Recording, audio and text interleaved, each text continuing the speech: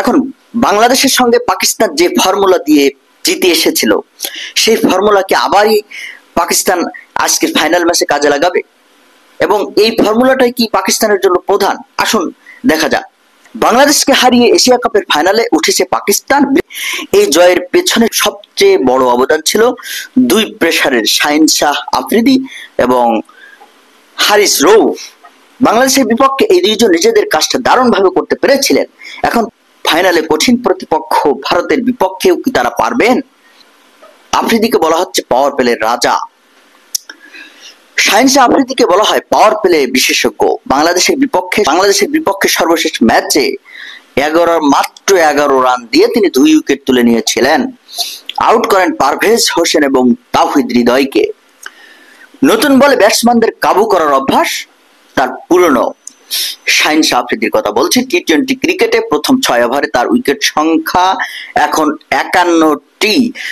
Test খেলুড়ে দেশগুলোর বোলারদের মধ্যে এটি দ্বিতীয় সর্বোচ্চ। তার চেয়ে বেশি উইকেট আছে শুধু টিম সাউদির 65টি।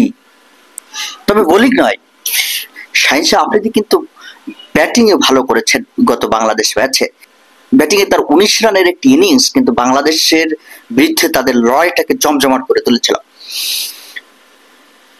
55 রানে 5 উইকেট হারিয়ে যখন পাকিস্তান ধুঁকছিল, 19 রানের এক ক্যামিও খেলে দলকে ফেরান আফ্রিদি। এই পারফরম্যান্সের জন্য তিনি ম্যাচ সেরা হন। টি-20 ক্যারিয়ারে এ নিয়ে তিনি 10 বার ম্যাচ সেরা হয়েছেন, যা পেসারদের মধ্যে সর্বোচ্চ। তৃতীয় স্থানে থাকা জসপ্রীত বুমরা হয়েছেন 6 বার। আর হারিস রউফ গতি যার ভরসা। প্রায় শোনা যায় যে পাওয়ার প্লেতে হারিস রউফ অকার্যকর, কিন্তু ওয়ানডে পরিসংখ্যানে কিছুটা সেটাকে সমর্থন করে। ওয়ানডেতে পাওয়ার প্লেতে তার গড় 35, এমনকি সর্বশেষ ওয়ানডে বিশ্বকাপেও 14 ওভারে নিয়েছিলেন মাত্র 1টি উইকেট।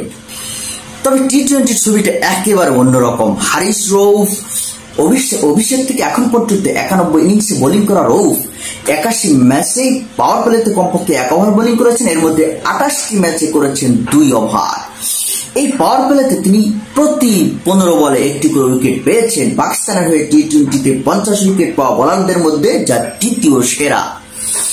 তালিকার 1 নম্বরে ওমর গুল, যিনি প্রতি 14 বলে 1টি করে উইকেট নিয়েছেন। এখন এই যে শাহিন শাহ আফ্রিদি এবং হারিস রউফ, তাদের উপর ভর করে পাকিস্তান দল কি আজকে ভারতকে কাবু করতে পারবে?